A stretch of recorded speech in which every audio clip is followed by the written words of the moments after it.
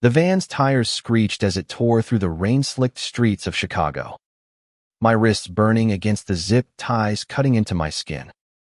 I'd been chasing a story and expose on the city's underground trafficking ring, but I never expected to become its next headline. Now, blindfolded and gagged, I was trapped in the belly of the beast I'd sworn to uncover. My name is Ethan Cole, a 27-year-old journalist with a knack for diving headfirst into trouble.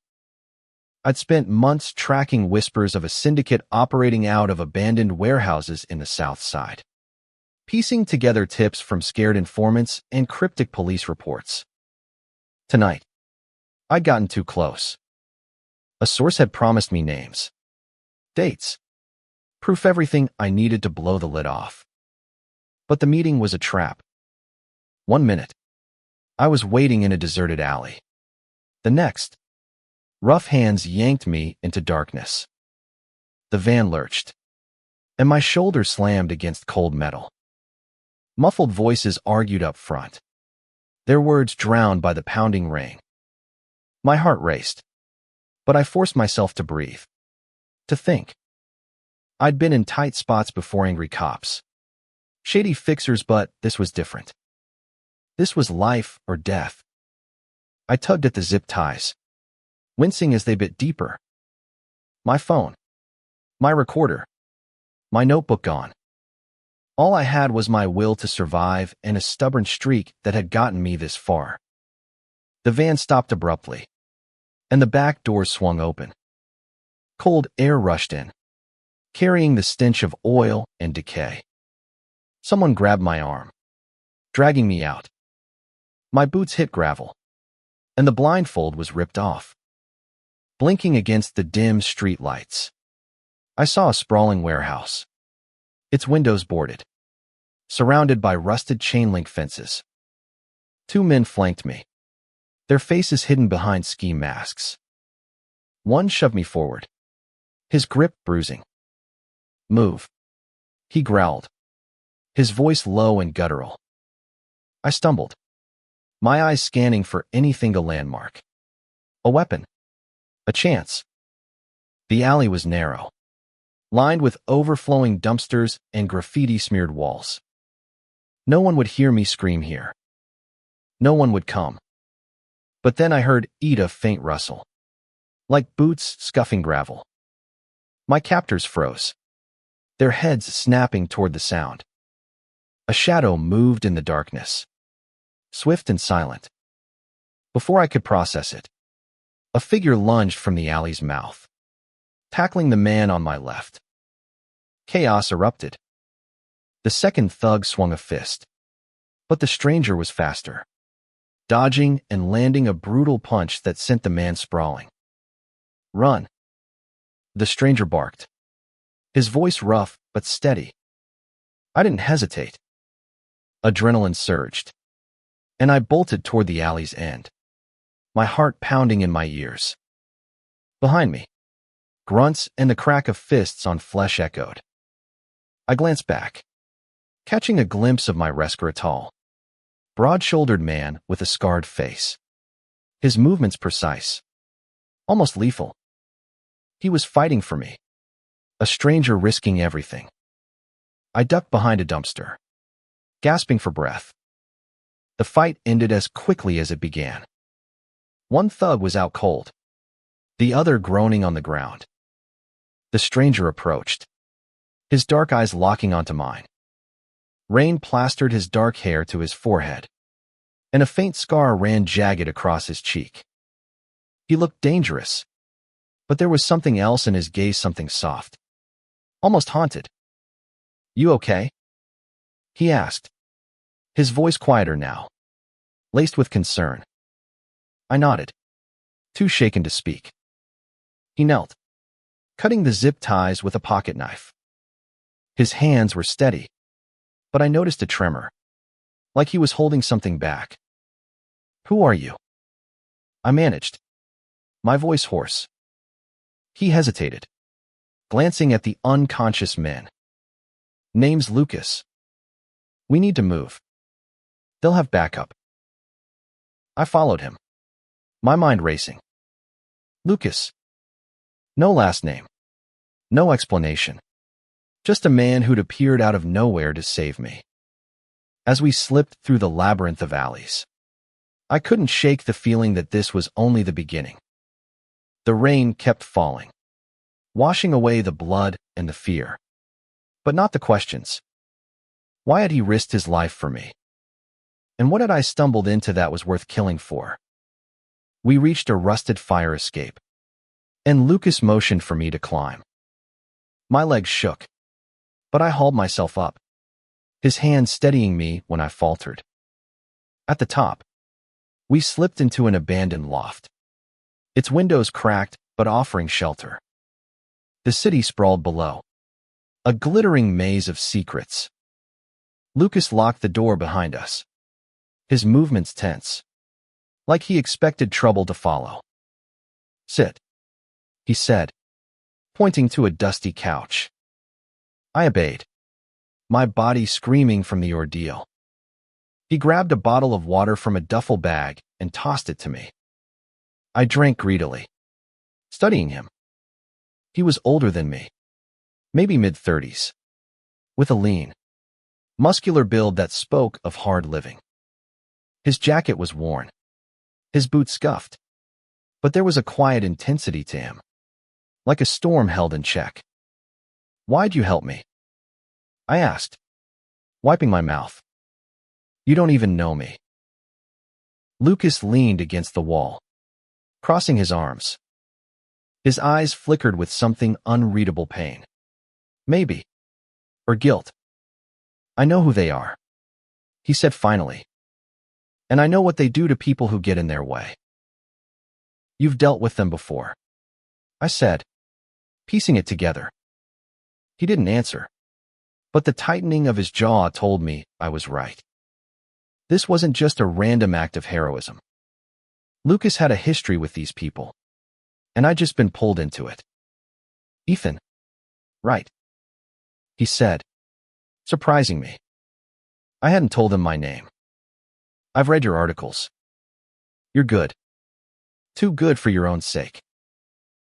I stared, my reporter's instincts kicking in despite the fear. "How do you know who I am?" He smirked, but it didn't reach his eyes. "Let's just say I keep tabs on people who stir up trouble. You've been poking a hornet's nest." Before I could press further, a distant siren wailed. Lucas tensed, moving to the window. "We can't stay here long," he said. "They'll be looking for you." "For us," I corrected, standing. "You just made yourself a target, too." He met my gaze, and for a moment, the air between us shifted charged, like the calm before a lightning strike. "Maybe I already was," he said softly, and there it was again, that haunted look. I wanted to ask more, to unravel the mystery of this man who'd saved my life. But the sirens grew louder, and time was running out. "We need to get you somewhere safe," Lucas said, grabbing his duffel. "Then we figure out how to keep you alive." I nodded, my heart still racing, not just from the danger, but from the way his eyes held mine. Like he saw something in me I didn't even know was there. As we slipped back into the night, I couldn't shake the feeling that Lucas was more than my rescuer. He was a puzzle, a story I needed to tell, and maybe, just maybe, the one I'd been searching for all along. The rain had slowed to a drizzle as Lucas led me through Chicago's underbelly, weaving past shuttered storefronts and flickering streetlights. My legs ached, but his pace was relentless, his eyes scanning every shadow like a man who'd learned to expect betrayal. I followed, my mind a tangle of fear and fascination. Who was this guy? A vigilante. A fugitive. Every question I wanted to ask felt like a step deeper into his world, a world I wasn't sure I was ready for. We ducked into a diner, its neon sign buzzing faintly. The place was nearly empty, Just a tired waitress wiping down counters and a trucker nursing coffee in the corner. Lucas chose a booth in the back, away from the windows. He slid in across from me, his posture tense, like he was ready to bolt at any moment. I collapsed onto the cracked vinyl seat, my body screaming for rest. "Eat something," he said, pushing a laminated menu toward me. "You'll need the energy." I glanced at the menu but couldn't focus. My hands were still trembling from the adrenaline. "I need answers. Lucas, who are those people? Why me?" He leaned back, his jaw tight. For a moment, I thought he wouldn't answer. Then he sighed, running a hand through his damp hair. "The syndicate you're chasing theory, not just traffickers. They're connected. Cops, politicians, people with power. You got too close. And they don't like loose ends." I swallowed hard, the weight of his words sinking in. I'd suspected corruption, but hearing it confirmed was like a punch to the gut. "And you? How do you fit into this?" His eyes darkened, and he looked away, staring at the rain streaking the window. "I used to work for them," he said quietly. "Not by choice. They don't exactly give you an out." The admission hit me like a freight train. My rescuer wasn't a hero, was one of them. Or had been. I leaned forward, my voice low. "What did you do for them?" "Whatever they asked," he said, his tone flat but heavy with regret. "Muscle. Mostly. I was young. Desperate. Didn't know what I was signing up for until it was too late." I studied him, trying to reconcile the man who'd saved me with the one confessing to a criminal past. His hands, resting on the table, were scarred, the knuckles bruised. They told a story of violence. But his eyes, those deep, haunted eyes, told another. "Why'd you leave?" I asked. He met my gaze, and for the first time, I saw vulnerability. Someone got hurt. Someone I cared about. I couldn't stay after that. The waitress interrupted, setting down 2 coffees. I wrapped my hands around the mug, letting the warmth ground me. "So why help me? Why risk it?" Lucas took a sip, his eyes never leaving mine. "Because you're trying to do what I couldn't. You're fighting back. And, I don't know. Maybe I saw something in you." My breath caught. There it was again, that electric charge between us, like a wire sparking in the dark. I wanted to push, to ask what he meant, but the weight of the night pressed down on me. I was alive because of him, but we were far from safe. He leaned forward, his voice dropping. "Ethan, you need to understand something. These people won't stop. They'll come for you. Your family. Anyone you care about. You've got a choice: walk away, or keep fighting." I laughed bitterly. Walk away. I've spent my career chasing stories like this. If I stop now, what's the point? He nodded, like he'd expected that answer. "Then we do this together. But you need to trust me." Trust him. A man I'd just met. A former criminal who'd pulled me from a van and fought off my kidnappers. It was insane. But something in his voice, in the way he looked at me, made me want to believe him. "Okay," I said finally. "But no secrets. If we're in this, I need to know everything." He smirked, a flicker of warmth breaking through his guarded exterior. "Deal. But don't say I didn't warn you." We ate in silence, the diner's hum filling the space between us. I stole glances at him, noting the way his shoulders relaxed slightly, the way his fingers traced the edge of his mug. There was a story in him, one I wanted to unravel, not just as a journalist, but as someone drawn to the quiet strength he carried. As we left the diner, the rain had stopped, leaving the city glistening under the streetlights. Lucas handed me a burner phone. "Keep this on you. No calls.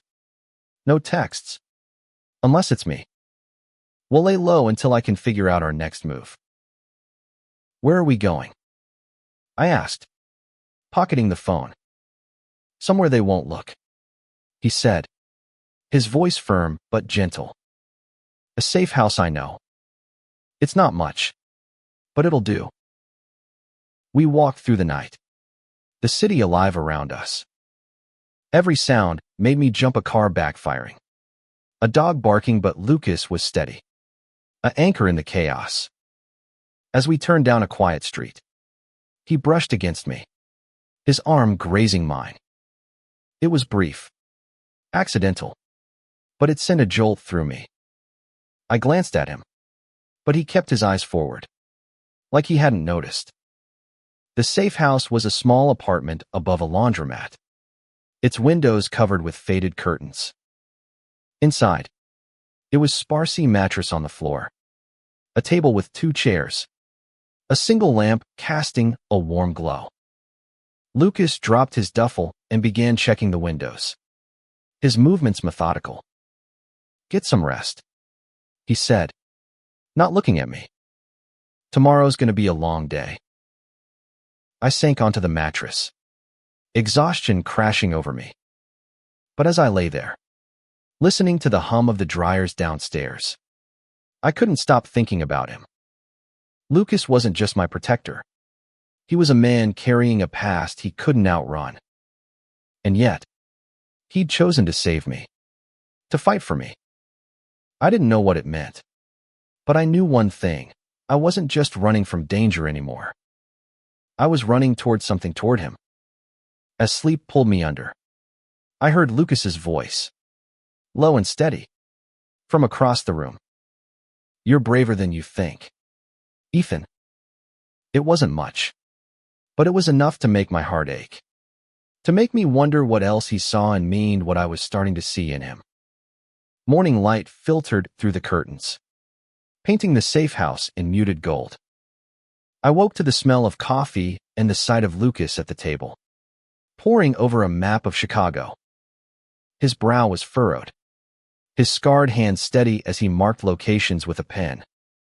He looked up as I stirred, his expression softening for a split second before the mask of focus returned. "Sleep okay?" he asked, sliding a mug toward me. "Barely," I admitted, sitting up. My body ached, and my mind was still reeling from the night before. "You?" He shrugged. "Don't need much." He tapped the map. "We've got work to do. The syndicate's got eyes everywhere, but I know a guy who can help us. He's off the grid, hates their guts as much as I do." I sipped the coffee, bitter but grounding. "Who is he?" "Old friend," Lucas said, his voice clipped. "Name's Marcus.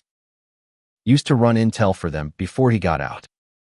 He's got dirt names, locations, enough to hurt them. But he's paranoid. Won't talk unless I vouch for you."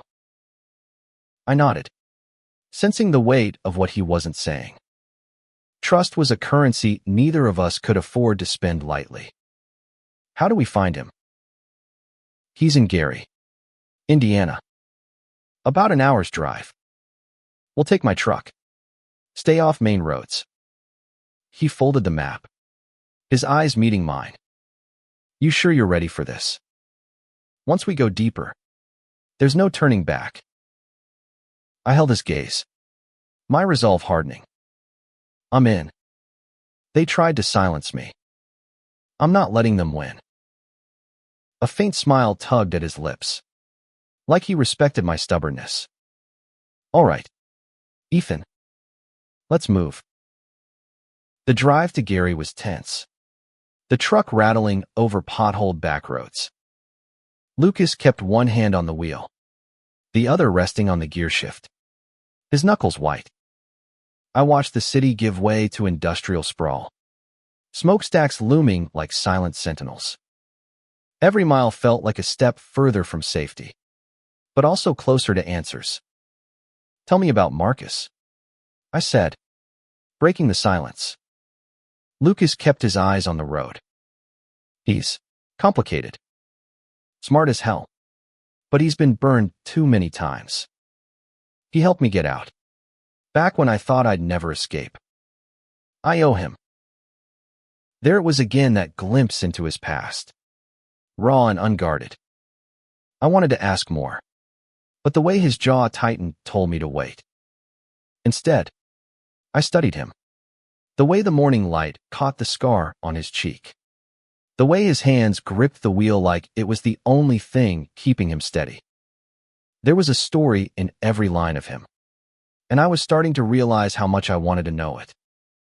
We pulled into a rundown motel on the outskirts of Gary, its sign flickering like a dying star. Lucas parked behind a dumpster, out of sight. "Stay close," he said, grabbing a pistol from the glove compartment. My stomach twisted, but I nodded. This was my world now, whether I liked it or not. Marcus was waiting in a corner room. The door cracked just enough to let us slip inside. He was a wiry man in his 40s, with graying hair and eyes that darted like he expected trouble. The room was cluttered with laptops, papers, and a police scanner crackling in the background.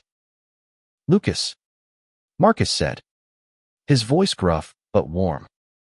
He glanced at me, sizing me up. "This the reporter." "Ethan Cole," I said, offering my hand. He didn't take it. "Your trouble," Marcus said, leaning back in his chair. "But if Lucas trusts you, that's enough for now." Lucas sat, motioning for me to do the same. "We need what you've got on the syndicate. Ethan's got a story that could take them down, but they're already after him." Marcus snorted.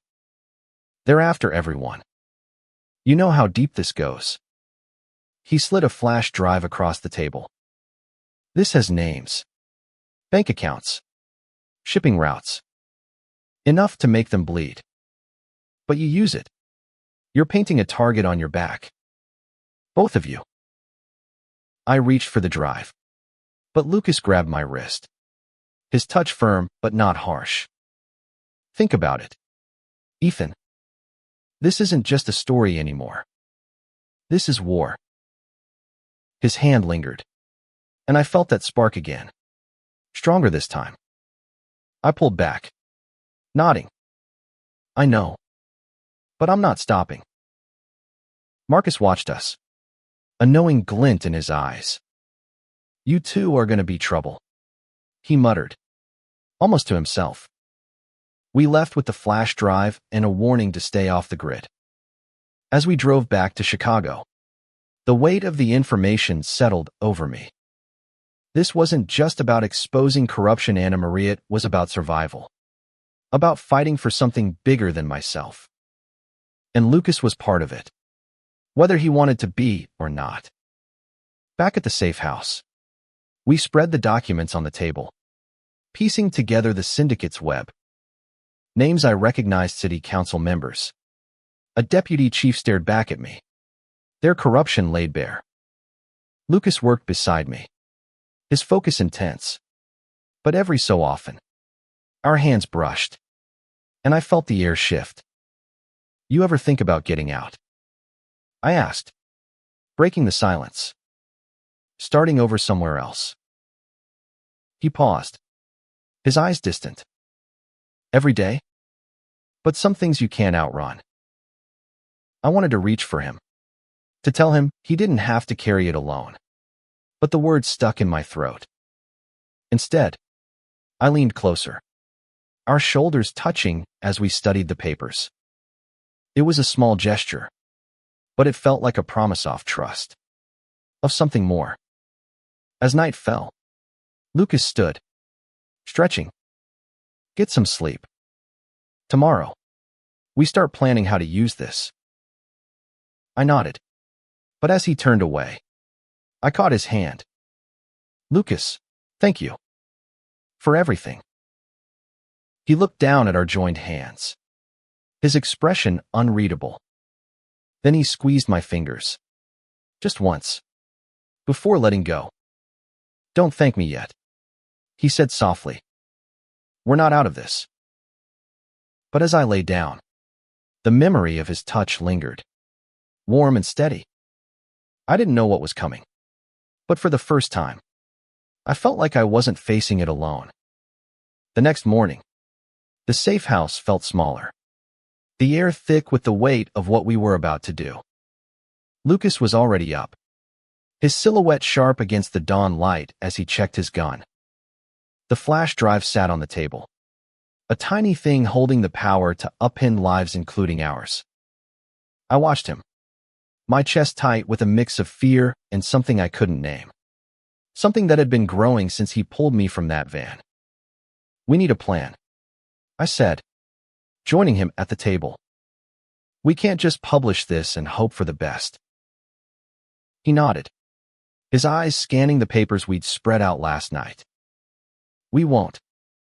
We need leverage, someone inside who'll talk. Someone we can trust. I raised an eyebrow.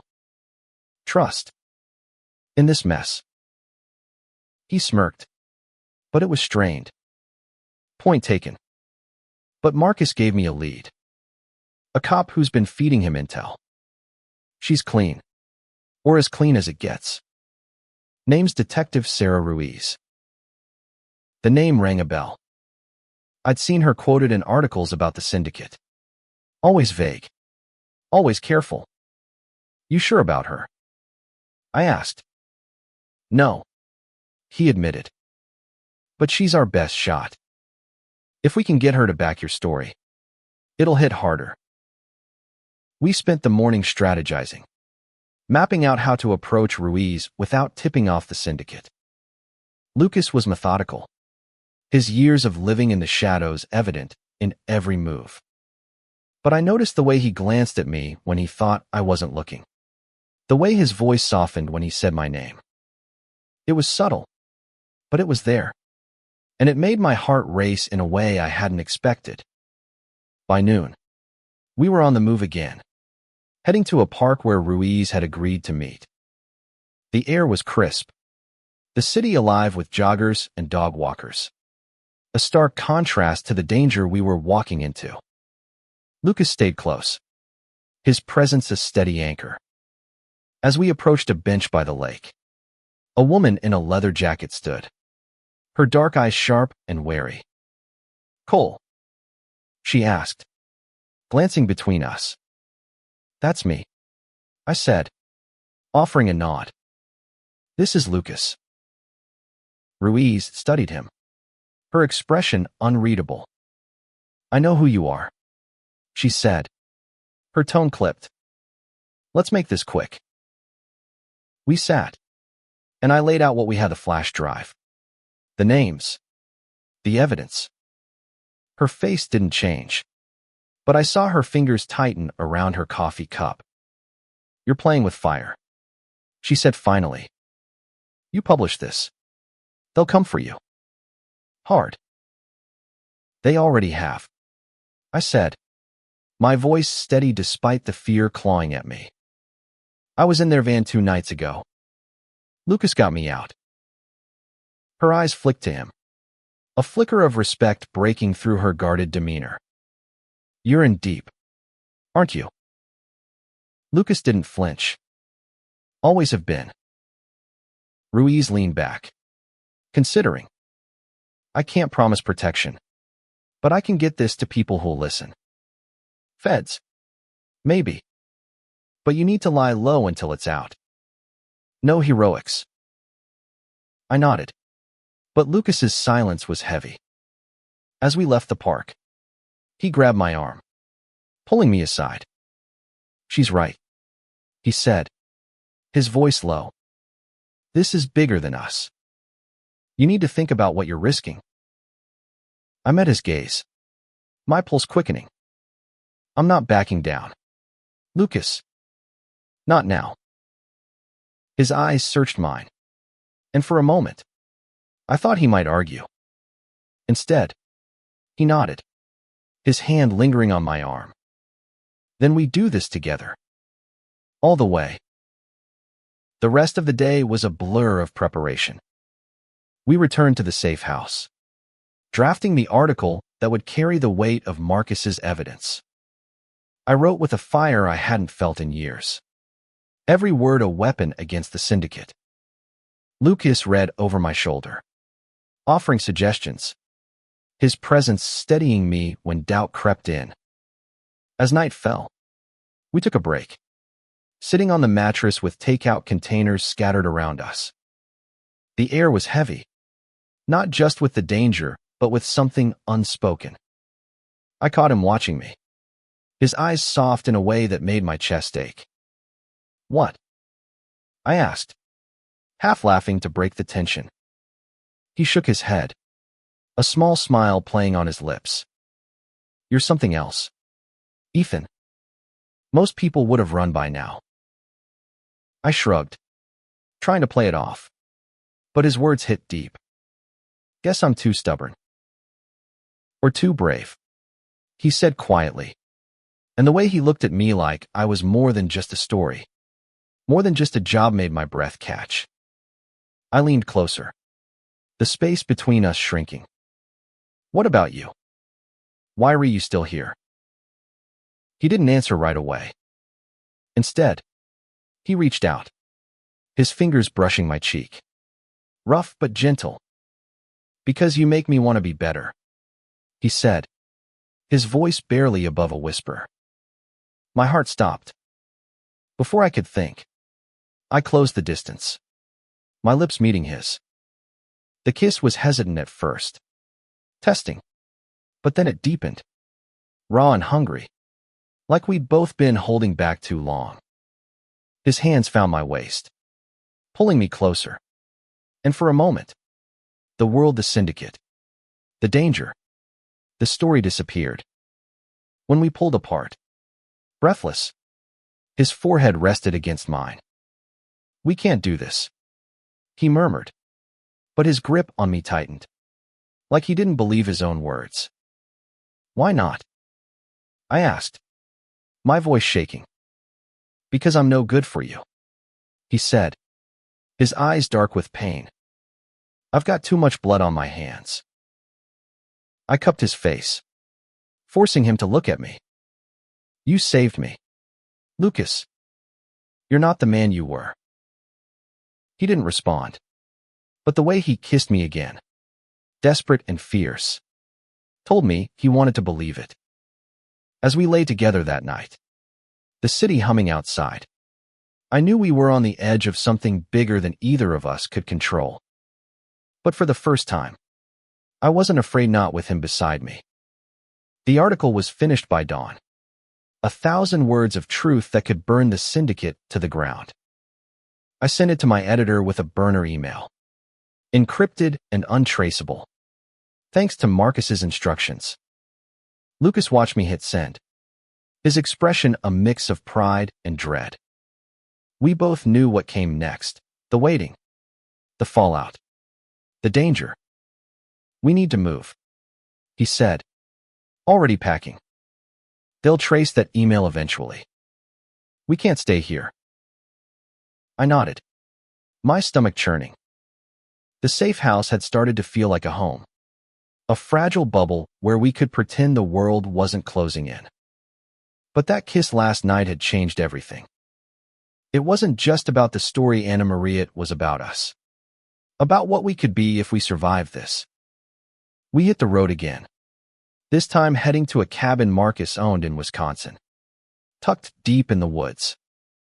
The drive was quiet, the weight of our choices pressing down. I stole glances at Lucas, his profile sharp against the morning light. The memory of his lips, his hands, lingered like a bruise I didn't want to heal. You okay? He asked, catching me staring. I smiled faintly, just wondering how we got here. He chuckled, low and rough. You poked the wrong bear. That's how. And you jumped in to save me. I shot back. Why? Lucas. Really? He was quiet for a long moment, his hands tightening on the wheel. Because I saw you in that alley. Scared but fighting. You didn't give up. It reminded me of someone. Who? I pressed, sensing the crack in his armor. He exhaled, his voice barely audible. My brother. He was like you, stubborn. Fearless. He got caught up with the syndicate. Tried to take them down. They killed him. My heart sank. Lucas. I'm so sorry. He shook his head, brushing it off. But I saw the pain in his eyes. It was a long time ago. But when I saw you, I couldn't let it happen again. I reached for his hand, lacing our fingers together. He didn't pull away. You're not alone in this, I said. Not anymore. He squeezed my hand, a silent acknowledgement. And we drove on, the forest closing in around us. The cabin was small, hidden by pines, with a single room and a wood stove. We settled in, the quiet almost suffocating after the city's chaos. Lucas built a fire, and I spread out the syndicate's documents, searching for anything we'd missed. As the fire crackled, we talked not about the story, but about us. He told me about growing up in Chicago, about the brother he'd lost, about the years he'd spent running from his past. I told him about my childhood in the suburbs, my dreams of being a journalist, the loneliness of chasing stories no one else cared about. It was raw, unguarded, and it felt like we were building something real.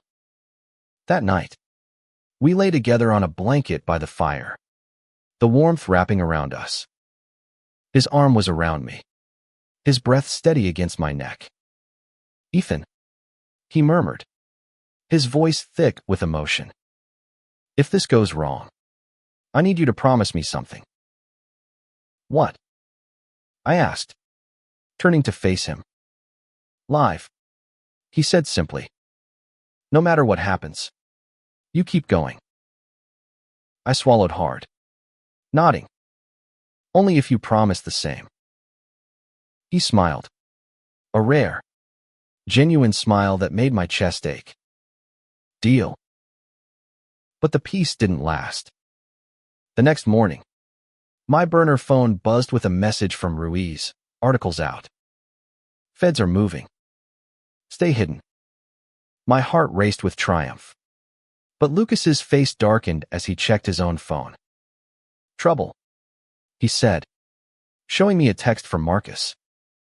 They know where you are. Get out now. Panic surged. But Lucas was already moving, grabbing our things. We'll head north. Cross into Canada if we have to. We didn't make it far. As we loaded the truck, headlights cut through the trees, engines roaring. 3 SUVs barreled toward us, dust clouding the air. Lucas shoved me behind him, his gun drawn. Stay down, he hissed, his voice steady despite the odds. The vehicle stopped, and men poured out, armed and masked. My heart pounded as I recognized one of them, the thug from the alley, his face now unmasked, a cruel smirk twisting his lips. You thought you could run. Cole, he called. And you, Lucas, should have stayed gone. Lucas didn't flinch. Let him go, and maybe you walk away. The man laughed, raising his gun. Not how this works. Time slowed. I grabbed Lucas's arm, my voice shaking. We can't fight them all. He turned to me, his eyes fierce but soft. I'm not losing you, he said, and before I could respond, he kissed me hard. Desperate. like it might be the last time. Gunshots rang out, and the world exploded into chaos. Lucas fired back, pulling me toward the trees. We ran, branches tearing at us, the sound of pursuit close behind. My lungs burned, but Lucas's hand in mine kept me moving. We dove behind a fallen log, his body shielding mine as bullets tore through the air. "We're not dying here," he growled, reloading his gun. "Not today." I nodded, my fear giving way to determination. We had the truth on our side, and we had each other. As the gunfire raged, I realized I wasn't just fighting for the story anymore, I was fighting for him. For us. For a future we might never get. The forest was a blur of shadows and adrenaline as we ran, Lucas's hand gripping mine like a lifeline. Bullets snapped past, splintering bark and kicking up dirt. My lungs screamed, but fear and something fiercer, something tied to the man beside me, kept me moving. We ducked into a ravine, the sound of our pursuers fading but never gone. Lucas pressed me against the damp earth, his body shielding mine. His breath was ragged, his eyes scanning the darkness. "They're circling," he whispered. "We need to keep moving." I nodded, my heart pounding not just from the danger, but from the way he looked at me like I was worth every risk. "Where to?" I asked, my voice barely steady. "There's a river nearby," he said. "If we can cross it, it'll slow them down." We scrambled through the underbrush, the cold biting at my skin. The river came into view, its current swift and dark under the moonlight. Lucas didn't hesitate, wading in and pulling me with him. The water was freezing, stealing my breath, but his grip never wavered. We reached the other side, soaked and shivering, and collapsed behind a boulder. For a moment, there was only the sound of the river and our heavy breathing. I looked at him, his face pale but resolute, and felt a surge of something I couldn't deny. "Lucas," I said, my voice trembling. "If we don't make it, we will." He cut me off, his eyes fierce. "Don't talk like that." But I couldn't stop. "I need you to know, you're more than this. More than your past. You're everything to me right now." His expression softened, and he reached for me, his cold fingers brushing my cheek. "Ethan," he said, his voice raw, "you're the first good thing I've had in a long time." Before I could respond, a shout cut through the night. They'd found us. Lucas pulled me to my feet, and we ran again, the forest swallowing us. My legs burned, my vision blurred, but his hand in mine was an anchor. We reached a clearing, an old hunting shack looming in the distance. Lucas kicked the door open, and we stumbled inside, barricading it with a rusted table. The shack was small, cluttered with dusty cans and broken tools. Lucas checked the windows, his gun ready. "They'll surround us," he said. "We need to hold them off until Ruiz's feds get here." I nodded, grabbing a crowbar from the floor. It wasn't much, but it felt better than nothing. "How long?" I asked. "An hour, maybe less," he said, his voice tight. "If they're coming at all." We didn't have time to dwell on it. The first shot shattered a window, glass spraying across the floor. Lucas fired back, his movements precise, every shot counting. I crouched beside him, my heart racing as I swung the crowbar at a hand reaching through the broken window. The man yelped, retreating, but more were coming. "Ethan, stay low," Lucas shouted, pulling me down as another volley of bullets tore through the walls. He returned fire, his face a mask of focus. But I saw the fear in his eyes, not for himself, but for me. The fight was brutal, relentless. We held them off, but they were closing in, their voices taunting us through the night. "Give it up, Lucas," one called. "You can't save him." Lucas's jaw tightened, and he grabbed my hand, squeezing hard. "Don't listen to them," he said. "We're getting out of this." I wanted to believe him, but the odds were grim. The shack was crumbling, the walls splintering under the gunfire. I looked at him, memorizing the lines of his face, the scar on his cheek, the fire in his eyes. If this was it, I wanted him to know. "Lucas," I said, my voice breaking, "I love you." He froze, his gun lowering for a split second. Then he turned to me, his eyes blazing with something raw and unguarded. "Ethan," he whispered. A crash cut him off as the door splintered. Lucas shoved me behind him, firing at the men storming in. I swung the crowbar, desperate, but there were too many. One grabbed me, wrenching my arms behind my back. I fought, kicking and shouting, but they were stronger. Lucas roared, tackling the man holding me. The shack became a blur of violent fists, blood, and gunfire. I broke free, grabbing a knife from the floor and slashing at anyone who came close. But then a shot rang out, and Lucas stumbled, blood blooming on his shoulder. "No!" I screamed, lunging for him. He caught me, his face pale but fierce. "I'm fine," he gasped, but his grip was weak. "Run, Ethan. Now." "I'm not leaving you," I shouted, tears burning my eyes. I dragged him toward the back of the shack, searching for a way out. The gunfire slowed, replaced by the distant wail of sirens. Ruiz.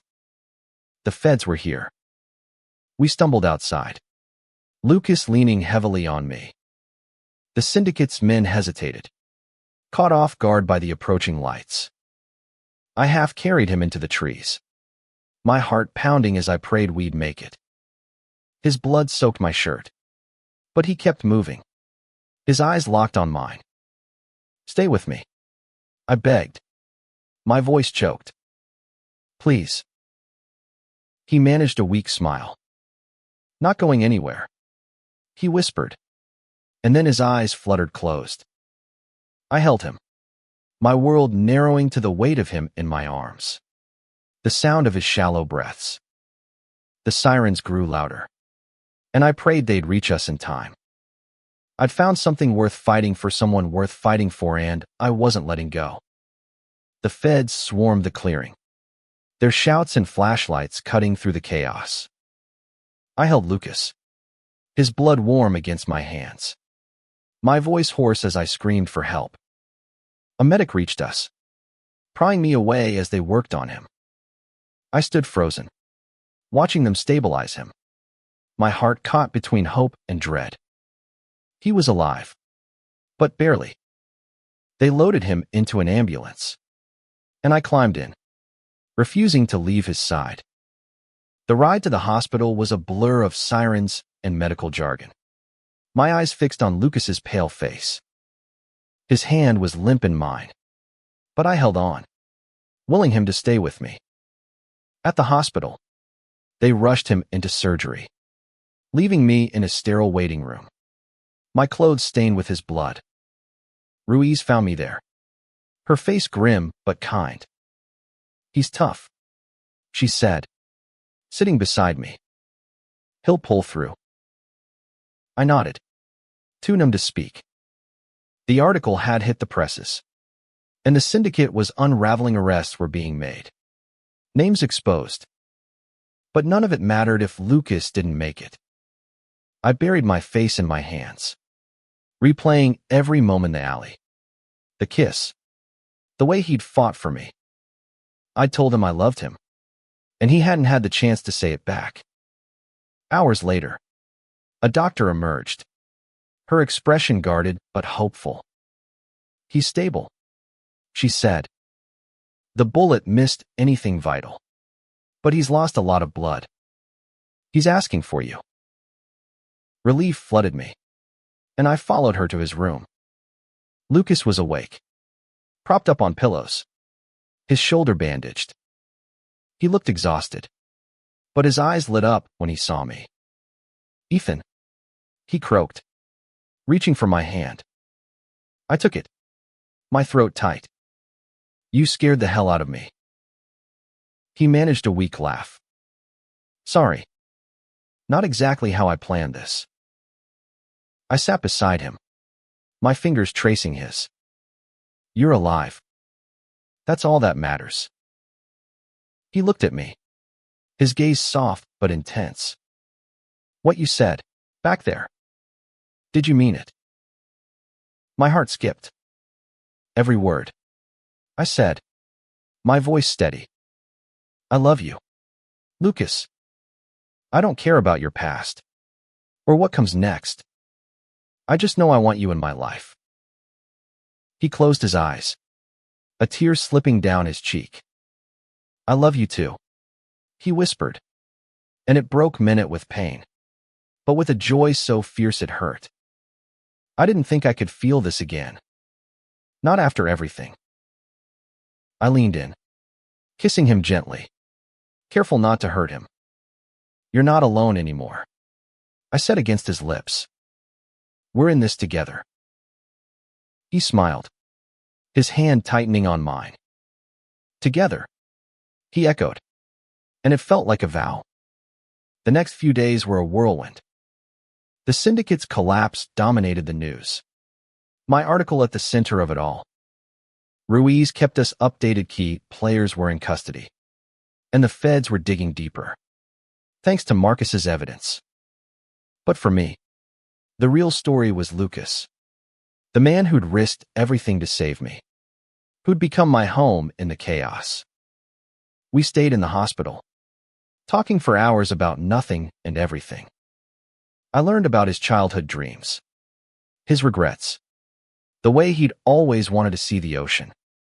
He learned about my fears, my hopes, the way I'd always felt like I was searching for something I couldn't name until now. One night, as he slept, I started writing again, not for the paper, but for us. A story of two men who'd found each other in the dark, who'd fought for truth and for love. It wasn't finished. Not yet. But it was ours. When Lucas woke, he caught me writing, a teasing smile on his lips. "Another expose?" he asked. I laughed, closing my notebook. "Something better. Our story." He pulled me close, his lips brushing my forehead. "Make sure it has a happy ending," he said softly. "I will," I promised, and I meant it. The syndicate was crumbling, but we were building something new, something real, something worth every risk.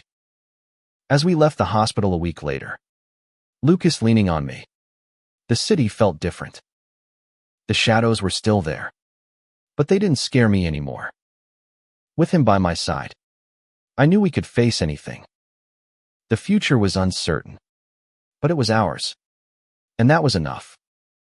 Chicago stretched out before us, a city of scars and second chances. Lucas and I moved into a small apartment on the north side, a quiet place where the world's chaos felt far away. He was healing, his shoulders stiff but mending, and I was learning to live without looking over my shoulder. The syndicate's empire was in ruins, its leaders behind bars. But we both knew the fight wasn't over. Evil like that didn't vanish, it just changed shape. We built a routine, fragile but real. Mornings were coffee and newspapers, Lucas teasing me about my obsession with headlines. Nights were quiet talks on the fire escape, The cities hum a backdrop to our growing bond. He opened up more, sharing pieces of his past, his brother's laugh, his mother's cooking, the guilt that still woke him at night. I shared my own truths, the loneliness of my work, the way he'd changed everything. One evening, as we sat on the fire escape, the sunset painting the sky in gold, I handed him my notebook. "Read it," I said. "It's us." He took it, his fingers brushing mine, and read in silence. The story was raw, unpolished, but it was honest. Every moment of fear, love, and hope we'd shared. When he finished, his eyes were wet, but he smiled. "You're good, Ethan," he said. "Too good." I laughed, nudging him. "You're biased." "Maybe," he admitted, pulling me close. "But I mean it." We kissed, slow and sure, the city alive below us. It wasn't perfect, nothing was. The syndicate's remnants were still out there, and I'd gotten threats, anonymous letters warning me to stay quiet. But with Lucas beside me, I wasn't afraid. We'd faced worse and come out stronger. One day, Ruiz called with news. The feds had enough to go after the syndicate's international ties. They wanted my help. More articles to keep the pressure on. I looked at Lucas, his face a mix of pride and worry, and knew what I had to do. "I'm in," I told her, my voice steady. "But I'm not doing it alone." Lucas raised an eyebrow, a smile tugging at his lips. "You sure you want me in your byline?" "I want you in everything," I said, and meant it. We worked together, digging into the new leads. Our partnership seamless. He was my protector, my confidant, my love. And I was his anchor, the one who reminded him he was more than his past. The articles hit hard, each one a step toward justice, toward a world where people like us could live without fear. Months later, we took a trip to the ocean, something Lucas had always wanted. We stood on a California beach, the waves crashing at our feet, his hand in mine. The sun was setting, and the world felt wide open, full of possibility. "You kept your promise," he said, his voice soft against the wind. "A happy ending." I smiled, squeezing his hand. "Not an ending," I said. "A beginning." He laughed, pulling me into a kiss, the salt air wrapping around us. The world wasn't perfect, and neither were we. But we'd found something rare, love forged in fire, unbreakable and true. As the stars came out, I knew we'd face whatever came next, together, and that was more than enough.